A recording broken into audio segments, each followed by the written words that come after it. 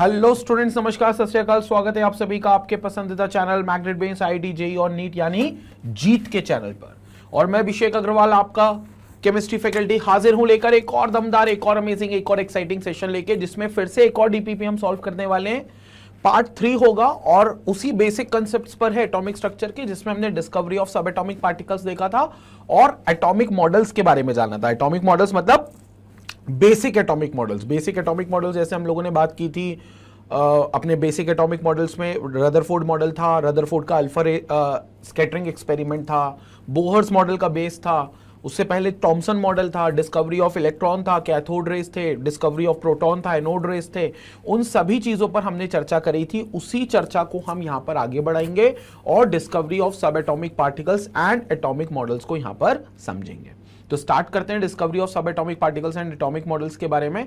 लेकिन उससे पहले आपको बता देते हैं मैग्नेट बेंस के प्लेटफॉर्म पर आपको क्या क्या चीजें मिलती हैं, क्या क्या बेनिफिट्स होते हैं और किन किन चीजों को आप बिल्कुल फायदा उठा सकते हो मैग्नेट बेंस के अगर प्लेटफॉर्म पर अगर आप हो, क्योंकि इतनी सारी चीजें जो शायद किसी के पेड कोर्स में भी नहीं मिलती। जैसे आपको सबसे पहले टॉपिक वाइज एक्सप्लेनेटरी वीडियोस मिलते हैं, पूरे वीडियोस जो है वो यूट्यूब की प्लेलिस्ट में है, या फिर आप मैग्नेट बेंस की वेबसाइट magnetbens.com पर जाकर भी उनको एक्सेस कर सकते हैं। सेकेंड, टॉपिक के बाद आपको डीपीपी कराई जाती है, प्रॉपर डीपीपी के सॉल्यूशंस मिलते हैं, डेली प्रैक्टिस प्रॉब्लम के आपको सॉल्यूशन मिलते हैं और डीपीपी के सॉल्यूशंस जो होते हैं वो आपको प्रोवाइड करते हैं। पहले आपको डीपीपी पीडीएफ में तौर पे दी जाती है जिसको आपको खुद सॉल्व करना होता है, लेकिन फिर अगर आपसे नहीं बनता है तो फिर आप डीपीपी के क्या कर सकते हो, वीडियो सॉल्यूशंस को रेफर करके अपने डाउट्स क्लियर कर सकते हो। इसके अलावा लाइव डाउट क्लियरिंग सेशंस होते हैं, प्रैक्टिस क्वेश्चंस होता है जिसमें लगभग 400 से 500 क्वेश्चंस हम लोग पर टॉपिक पर बेस्ड कराते हैं। उसके बाद पीवाईक्यूज, प्रीवियस ईयर क्वेश्चंस होते हैं। उसके बाद वीकली टेस्ट पेपर और आपकी ऑनलाइन टेस्ट सीरीज होती है जो पूरे तरीके से मैग्नेट बेंस की वेबसाइट magnetbens.com पर अवेलेबल होती है। तो आप वेबसाइट पर भी जाकर सारी चीज़ों को एक्सेस कर सकते हो। और सबसे अच्छी बात, कोई सब्सक्रिप्शन नहीं है, कोई पैकेज नहीं खरीदना, कोई कूपन कोड नहीं लगाना, क्योंकि सीधा 100% डिस्काउंट आपको, मतलब 100% फ्री चीज़ें आपको मिलती हैं और सीधा आपको फ्री ऑफ कॉस्ट ये सारे चीज़ें देखनी है। चलें, तो अब स्टार्ट करते हैं हम लोग डीपीपी को। डीपीपी का ये हमारा पहला, इस डीपीपी का पहला क्वेश्चन है, लेकिन ये जो पार्ट 3 है, इससे पहले हम पार्ट 1 पार्ट 2 में 20 क्वेश्चन, 10-10 क्वेश्चन के 2 पार्ट्स कंप्लीट कर चुके हैं। अब ये तीसरा पार्ट है जहां हम 21st क्वेश्चन को देख रहे हैं। ठीक है, तो इसका क्वेश्चन में फर्स्ट क्वेश्चन का जो हमारे पास सोल्यूशन होगा, पहले क्वेश्चन पढ़ लेते हैं उसका। Electronic energy is negative energy because, आपको पता है कि इलेक्ट्रॉनिक एनर्जी जो है, जो बेसिकली एक इलेक्ट्रॉन्स की एनर्जी दी जाती है, वो नेगेटिव में दी जाती है। अगर आपको याद हो तो it is -1312 into Z square by n square joules per mole. तो इसमें आपकी माइनस में नेगेटिव वैल्यूज दी जाती है। जब भी आपकी एनर्जी आती है तो it is always a negative form, negatives में आपको वो एनर्जी मिलती है। तो वो पूछ रहे हैं वो एनर्जी आपको नेगेटिव के रूप में क्यों मिलती है, मतलब व्हाट्स द रीजन बिहाइंड कि आपको वो एनर्जीज जो आती है वो नेगेटिव के तौर पर आती है। इलेक्ट्रॉन कैरीज नेगेटिव चार्ज, वो इसलिए आती है कि इलेक्ट्रॉन के पास नेगेटिव चार्ज है, क्योंकि इलेक्ट्रॉन नेगेटिवली चार्ज है। तो क्या इसलिए नेगेटिव एनर्जी आती है? बिल्कुल नहीं, ऐसा कुछ भी नहीं है। ऐसे तो फिर प्रोटॉन वाली एनर्जी क्या पॉजिटिव होगी, और न्यूट्रॉन, फिर तो न्यूट्रॉन के हिसाब से कोई एनर्जी नहीं होनी चाहिए क्योंकि वो तो इलेक्ट्रिकली न्यूट्रल है। Energy is zero near the nucleus and decreases as the distance from the nucleus increases. Energy जो है वो न्यूक्लियस के पास जीरो है और न्यूक्लियस से जैसे जैसे दूर जाओगे तो उसकी एनर्जी डिक्रीज होगी, एंड दैट उसकी एनर्जी डिक्रीज होगी इसलिए वो नेगेटिव है। ये भी गलत है। न्यूक्लियस के पास जीरो नहीं है, बल्कि कहना चाहिए कि जो न्यूक्लियस के पास है वहां पर उसकी सबसे लीस्ट सबसे ज्यादा नेगेटिव है, ये कहना चाहिए। बल्कि जीरो कहां पर है? उसकी इंफिनिटी पर, मतलब एटम के बाहर। तो एटम के बाहर उसकी इंफिनिटी पर है, और जैसे जैसे आप अगर अंदर आते जाओगे तो वो ज्यादा नेगेटिव होता जाएगा। तो energy zero at an infinite distance, बिल्कुल सही है कि एनर्जी जो होगी उसकी जीरो होगी at infinite distance from the nucleus and decreases as the electron comes closer to the nucleus. बिल्कुल सही बात है, जितना आप न्यूक्लियस के करीब जाओगे एनर्जी कम होगी। तो this is option number C जो बिल्कुल करेक्ट आंसर है इसका। तो we have this as option C जो बिल्कुल करेक्ट आंसर है। क्लियर हो गया? तो ऑप्शन सी जो आएगा वो आपका बिल्कुल यहां पर करेक्ट आंसर आएगा। So energy is zero at an infinite distance from the nucleus and decreases as the electron comes closer to the nucleus. तो जितना आप न्यूक्लियस के करीब जाओगे उतनी एनर्जी क्या होगी? डिक्रीज होगी। तो ये बिल्कुल करेक्ट आंसर है। This is the correct answer that we have. Clear हो गया? तो सी ऑप्शन बिल्कुल करेक्ट है, क्योंकि जब सरफेस पर होता है, सरफेस पर कैसे होता है इधर देखेंगे। सपोज करो ये एक एटम है, ये इसका न्यूक्लियस है। अब इस पर जब इलेक्ट्रॉन यहां बैठा होगा, यहां पर होगा, यहां पर, तो इस पॉइंट पर हम मानेंगे कि उसका जो एनर्जी है वो क्या हो जाएगा, उसका जो एनर्जी है वो यहां पर जीरो हो जाएगा। मतलब यहां पर अगर हम देखें तो उसकी एनर्जी सबसे कम होगी, दैट इज जीरो, यहां पर जीरो होगी, ठीक है। और यहां से जैसे ही वो न्यूक्लियस की तरफ अप्रोच करेगा वो और नेगेटिव बनता जाएगा, नेगेटिव होगा बट और नेगेटिव बनता जाएगा। तो इसका मतलब ये हो गया ओवरऑल एनर्जी विल डिक्रीज, क्योंकि नेगेटिव में कोई चीज अगर बढ़ती है तो वो बढ़ नहीं रही है, वो घट रही है। नेगेटिव में अगर कोई चीज बढ़ रही है तो वो बढ़ती नहीं है, वो घट रही है। तो इसका मतलब ये हो गया इट विल बिकम और नेगेटिव, मतलब और नेगेटिव, मतलब as they come closer to the nucleus the energy will decrease. तो एनर्जी क्या हो जाएगी, डिक्रीज हो जाएगी as they come closer to the nucleus. तो दिस इज ऑप्शन सी, बिल्कुल करेक्ट आंसर हो गया। ऑप्शन सी हमारा बिल्कुल करेक्ट आंसर हो गया, ठीक है। There are inter electronic repulsion, उससे कोई फर्क नहीं पड़ता इंटर इलेक्ट्रॉनिक रिपल्शन से। So there is no difference for the respective to inter electronic repulsion, but this is what we are having. Clear हो गया, चलिए अगले क्वेश्चन पर चलते हैं। सो दिस वाज 21st क्वेश्चन जिसका सी ऑप्शन करेक्ट था। Let's move to the 22nd question. 22nd question पर चलते हैं। Which of the following give the idea of nucleus of the atom, इनमें से किस एक्सपेरिमेंट के थ्रू आपको न्यूक्लियस का आइडिया मिला था एटम के अंदर। बहुत सिंपल है, alpha ray scattering experiment, Rutherford's alpha ray scattering experiment. Rutherford, क्योंकि न्यूक्लियस की खोज रदरफोर्ड साहब ने की थी, तो Rutherford's alpha ray scattering experiment से ये सारी चीजें पता चली थी। अल्फा रे स्कैटरिंग एक्सपेरिमेंट से ये सारी चीजें पता चली थी, ठीक है। तो ये इंपॉर्टेंट है। तो इसमें ऑयल ड्रॉप एक्सपेरिमेंट नहीं हो सकता, डेविसन एंड जर्मर तो बिल्कुल नहीं हो सकता, अल्फा रे स्कैटरिंग एक्सपेरिमेंट बिल्कुल सही है, ऑस्टेन मास स्पेक्ट्रोग्राम एक्सपेरिमेंट बिल्कुल नहीं होगा, ठीक है। ये डिफरेंट एक्सपेरिमेंट है, ये आपको आगे भी पता चलेंगे, लेकिन एज फार सी ऑप्शन जो होगा वो इसका बिल्कुल करेक्ट आंसर होगा। तो ये सी ऑप्शन बिल्कुल करेक्ट आंसर हो गया, ठीक है।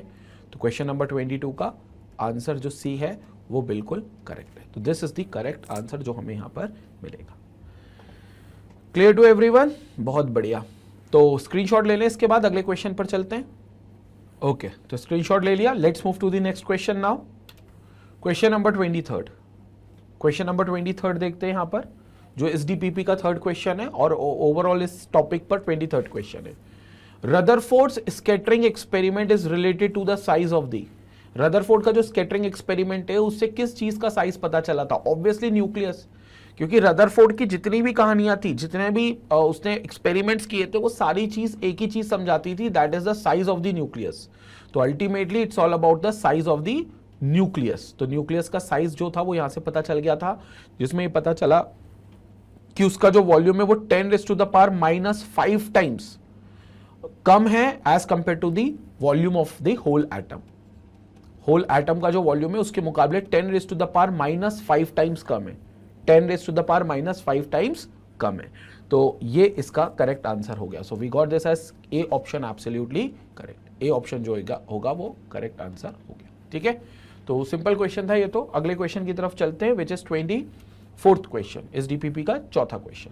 तो 24th क्वेश्चन क्या कहता है, number of alpha particle scattered by an angle theta in Rutherford's experiment are.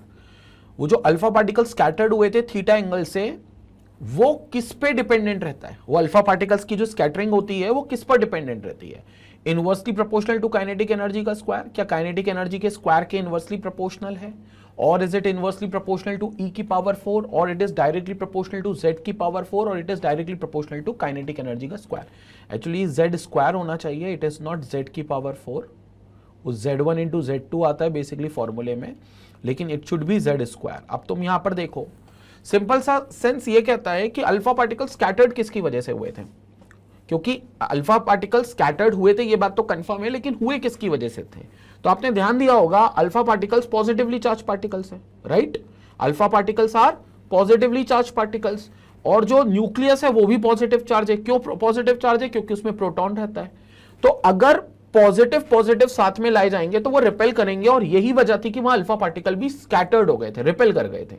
तो मतलब कहीं ना कहीं प्रोटॉन की संख्या जो थी वो इस चीज के लिए जिम्मेदार थी, जो प्रोटॉन की संख्या थी वो जिम्मेदार थी, और प्रोटॉन की संख्या मींस एटॉमिक नंबर, तो वो Z हो गया जिसका स्क्वायर करेंगे तो उस पर आपके अल्फा पार्टिकल्स की संख्या डिपेंडेंट होगी, और वो भी डायरेक्टली।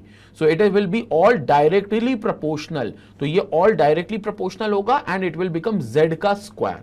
तो इट विल बिकम z का स्क्वायर। तो यहां पर z स्क्वायर जो होगा it will be the one which will be directly proportional, directly proportional. तो यहां पर हमारा ये बिल्कुल सही आंसर है, क्योंकि एटॉमिक नंबर की हमने यहां पर बात करी है हमेशा, और एटॉमिक नंबर जो होता है वो सबसे इंपॉर्टेंट होता है। तो this was all about the atomic number. ये बिल्कुल करेक्ट आंसर है। This is option C which is absolutely correct answer. Option number C जो बिल्कुल करेक्ट आंसर है, ठीक है, जेड स्क्वायर, ये हमें करेक्ट आंसर मिलेगा।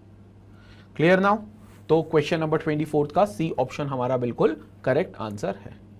24th क्वेश्चन का सी ऑप्शन जो है वो बिल्कुल करेक्ट आंसर है, जेड स्क्वायर। तो ये हमें बिल्कुल करेक्ट आंसर मिलेगा, ठीक है। चल, तो now let's move to the 25th question.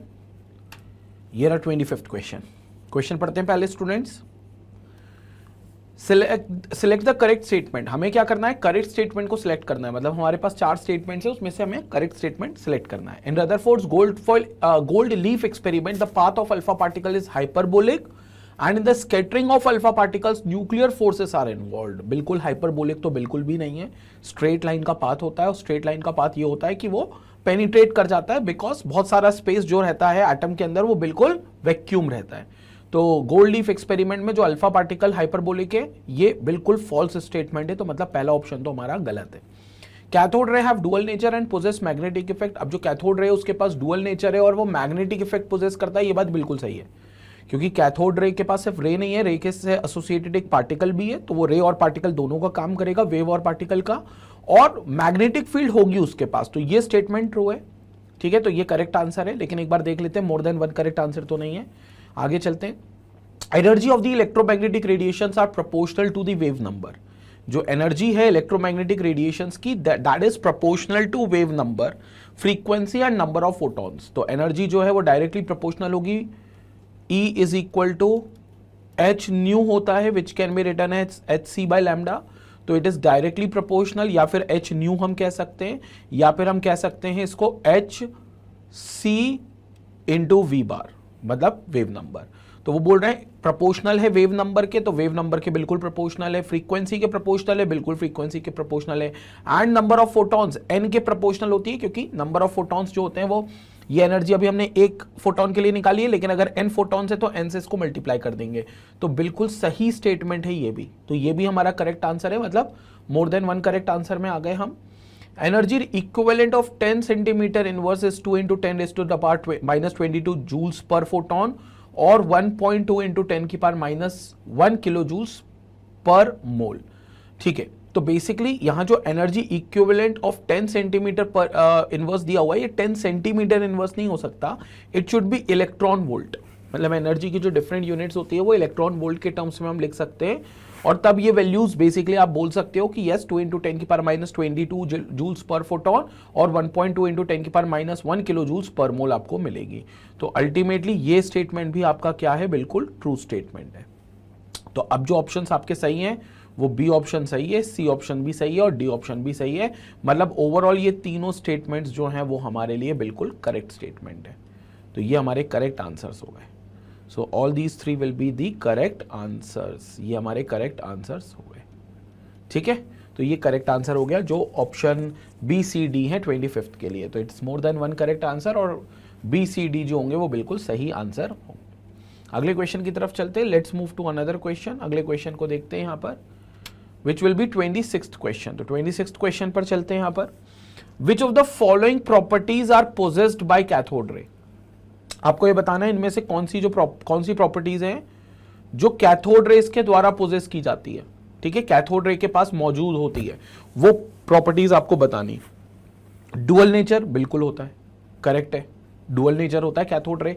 Cathode ray सिर्फ रे नहीं है, कैथोड रे से एसोसिएटेड पार्टिकल भी रहता है, तो कैथोड रे पार्टिकल उसे बोलते हैं।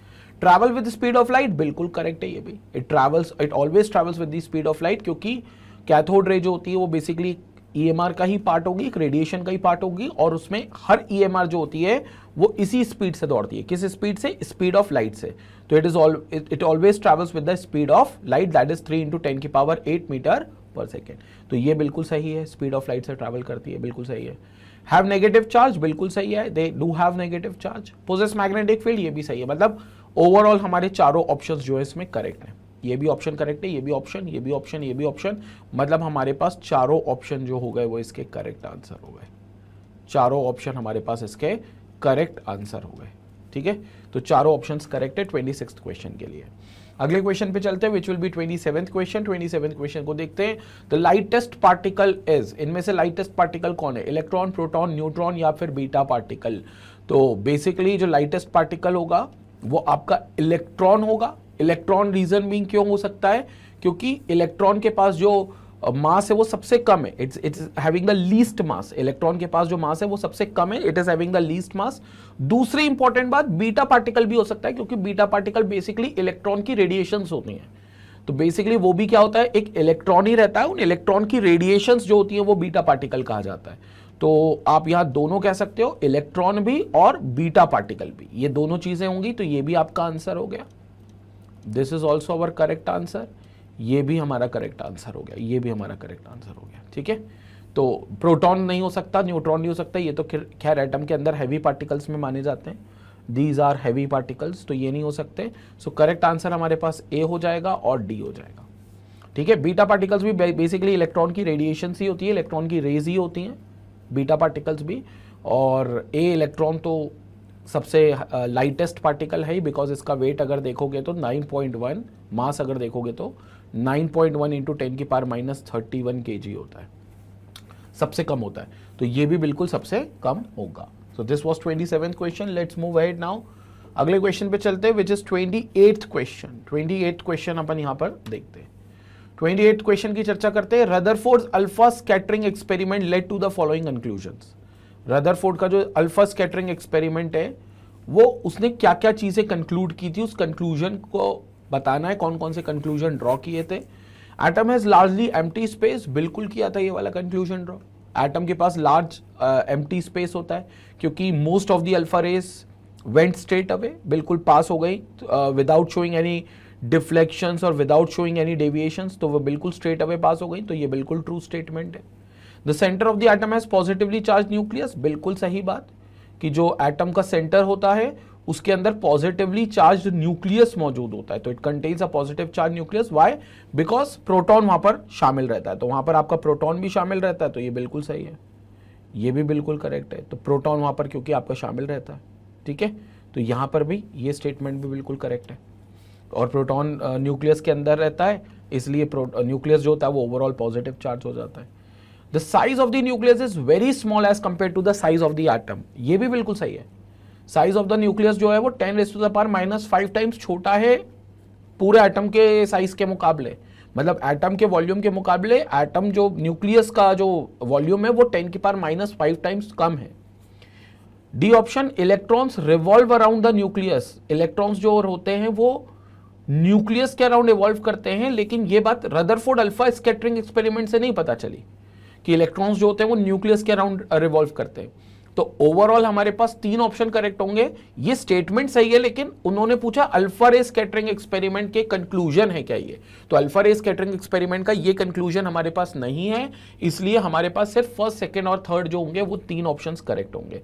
तो हमारे पास ये 3 ऑप्शंस जो हो गए ये करेक्ट आंसर हो गए, ये करेक्ट आंसर हो गए तीनों, 1, 2 और 3, ये तीनों करेक्ट आंसर हो गए। So these 3 will be the correct answer जो हमें यहां पर मिलेगा। ठीक है, ये 3 करेक्ट आंसर हो गए, this is the correct answer. Clear to everyone? तो ये 3 हमारे बिल्कुल करेक्ट आंसर होंगे और इसलिए हमने इनको टिक मार्क किया हुआ है। डी ऑप्शन सही स्टेटमेंट है, डी ऑप्शन गलत नहीं है। इलेक्ट्रॉन्स जो होते हैं वो न्यूक्लियस के अराउंड घूमते हैं, लेकिन ये अल्फा रे स्कैटरिंग एक्सपेरिमेंट का कंक्लूजन नहीं है, it is not the conclusion of alpha ray scattering experiment. ठीक है, चलो अगले क्वेश्चन पर चलते हैं। Now let's move to another question which will be your 29th question. तो 29th क्वेश्चन को यहां पर देखते हैं। An electron is not deflected on passing through a certain region because, एक इलेक्ट्रॉन जो है it does not deflect through on passing through a certain region, electron जो है वो डिफ्लेक्ट नहीं हुआ था एक सर्टेन रीजन से पास होने पर। क्यों? एक पर्टिकुलर रीजन से पास होने पर, because there is no magnetic field in that region. बिल्कुल सही बात है कि वहां पर मैग्नेटिक फील्ड नहीं थी, इसलिए electron will not be deflected on passing through a certain region, क्योंकि electron will be deflected only in the region of where there is a magnetic और इलेक्ट्रिक फील्ड। जहां भी मैग्नेटिक फील्ड और electric field होगी तो वहां पर electron क्या होगा, डिफ्लेक्ट हो जाएगा, अदरवाइज नहीं होगा। तो यहां पर मैग्नेटिक फील्ड नहीं थी इसलिए इलेक्ट्रॉन डिफ्लेक्ट नहीं हुआ। ये स्टेटमेंट बिल्कुल सही है, बिल्कुल करेक्ट स्टेटमेंट है। There is a magnetic field but velocity of the electron is parallel to the direction of magnetic field. वहां मैग्नेटिक फील्ड है लेकिन जो वेलोसिटी है उस इलेक्ट्रॉन की is parallel to the direction of magnetic field. तो वहां पर भी नहीं डिफ्लेक्ट हो सकता जहां पर मैग्नेटिक फील्ड हो लेकिन इलेक्ट्रॉन की जो वेलोसिटी है वो पैरेलल हो to the direction of magnetic field, क्योंकि वहां फिर फोर्स नहीं लगेगा कुछ। ठीक है, तो यहां पर ये स्टेटमेंट भी सही है, सेकंड स्टेटमेंट भी बिल्कुल करेक्ट है। The electron is a chargeless particle, ये बात बिल्कुल गलत है। नन ऑफ द अबव, तो ये हो नहीं सकता। तो हमारे पास सिर्फ दो ही ऑप्शन करेक्ट होगा, that is first and second. ये दो स्टेटमेंट हमारे बिल्कुल करेक्ट है और ये फर्स्ट और सेकेंड हमारा करेक्ट आंसर हो गया। सो this is the correct answer, ये हमारा करेक्ट आंसर हो गया। क्लियर हो गया? तो ये करेक्ट आंसर हो गया that there is a magnetic field but velocity of the electron is parallel to the direction of magnetic field and there is no magnetic field in that region. दो ही conditions पे यहाँ electron में deflection नहीं मिलेगा अगर वो इन particular regions की कॉन्ट्रीब्यूशंस को देखते हैं तो। ठीक है, चले अगले पार्ट पर चलते हैं। Let's move ahead now. अगले क्वेश्चन को देखते हैं हम लोग यहाँ पर, विच will be the last question of this DPP. Last question देखते हैं। Select the correct answer for the correct statement for the cathode rays. Correct statement हमें आइडेंटिफाई करना है फॉर कैथोड रेज। तो कैथोड रेज के लिए क्या क्या करेक्ट स्टेटमेंट होगा ये हमें देखना है। तो let's solve this. The value of E upon M for cathode ray is independent of the nature of cathode and the gas field in the discharge tube, बिल्कुल करेक्ट स्टेटमेंट है। E upon M मतलब charge to mass ratio जो होता है वो nature of the gas and nature of the material पर बिल्कुल भी डिपेंड नहीं करता। It is independent of the nature of the gas and the nature of the material. Second, the value of E upon M for cathode ray is constant and 1.75 into 10 की power 8 Coulomb's पर ग्राम, बिल्कुल सही statement है। E upon M जो होता है cathode रे का वो फिक्स होता है, डिपेंड नहीं करता और उसकी वैल्यू भी यही होती है। कैसे निकाला? इलेक्ट्रॉन के ऊपर का चार्ज देख लो, 1.6 इंटू 10 की पावर माइनस 19 कूलम। मास होता है 9.1 इंटू 10 की पावर माइनस 31 केजी में और माइनस 28 ग्राम्स में।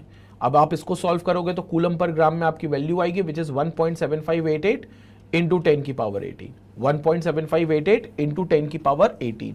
तो ये आपका करेक्ट आंसर हो जाएगा। ये आपका करेक्ट, ये भी मतलब करेक्ट आंसर होगा। ये भी ऊपर के स्टेटमेंट्स भी करेक्ट है और ये स्टेटमेंट भी बिल्कुल करेक्ट है। Cathode ray move with the same speed as that of light, बिल्कुल सही बात है। कैथोड रे जो है स्पीड ऑफ लाइट से ही चलता है। 3 इंटू 10 की पावर 8 मीटर पर सेकेंड की स्पीड होती है, उसी स्पीड से चलता है। ये बात बिल्कुल सही है। So it travels with the speed of light, that is 3 into 10 की power 8 metre per second. Absolutely correct statement। ठीक है, cathode ray has charge only and no mass.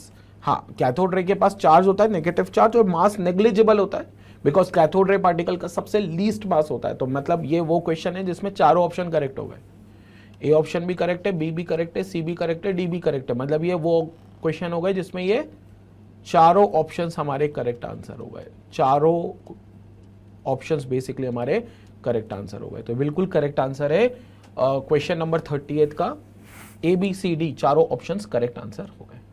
Clear to everyone? So this is the correct answer that will be getting here.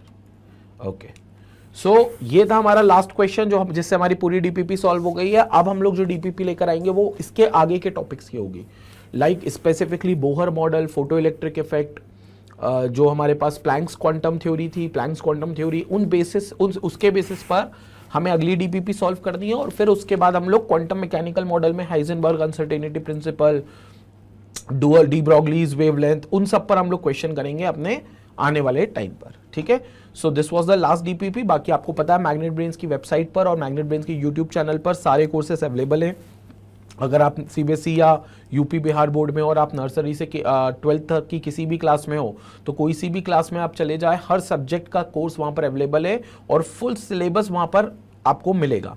Second, आपको अगर आप NTSC, olympiad, CUET, IIT, JEE, NEET या कोई government sector के exams, banking, insurance, RRB, SSC, UPSC, जैप, कैब, अगर इन किसी भी एग्जाम की अगर आप तैयारी कर रहे हैं तो ये सभी कोर्सेज मैग्नेट ब्रेन्स की वेबसाइट पर और मैग्नेट ब्रेन्स के यूट्यूब चैनल दोनों पर बिल्कुल अवेलेबल है। 100% अवेलेबल है और 100% फ्री ऑफ कॉस्ट अवेलेबल है।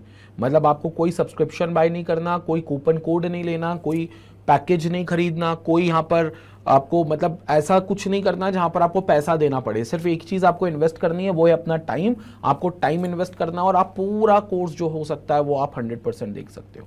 तो आपको पूरा कोर्स 100% मिलेगा, कोई कूपन कोड नहीं लगाना, पूरा कोर्स आप 100% फ्री ऑफ कॉस्ट देख सकते हो। और सारे लेक्चर्स जो हैं वो मोबाइल से, लैपटॉप से, टैबलेट से, डेस्कटॉप से, किसी से भी आप एक्सेस कर सकते हो, वेबसाइट के भी और यूट्यूब चैनल के भी। तो जितना हो सके चैनल को शेयर करें, जितना हो सके लोगों को अवेयर करें, लोगों को बताएं चैनल के बारे में, और लोगों तक जागरूकता फैलाएं इस चैनल को लेकर कि एक फ्री एजुकेशन का चैनल जो 100% आपको फ्री एजुकेशन देता है। इसी तरीके से मैग्नेट ब्रेन्स को अपना प्यार और सपोर्ट देते रहें। Stay tune, stay connected. Thank you.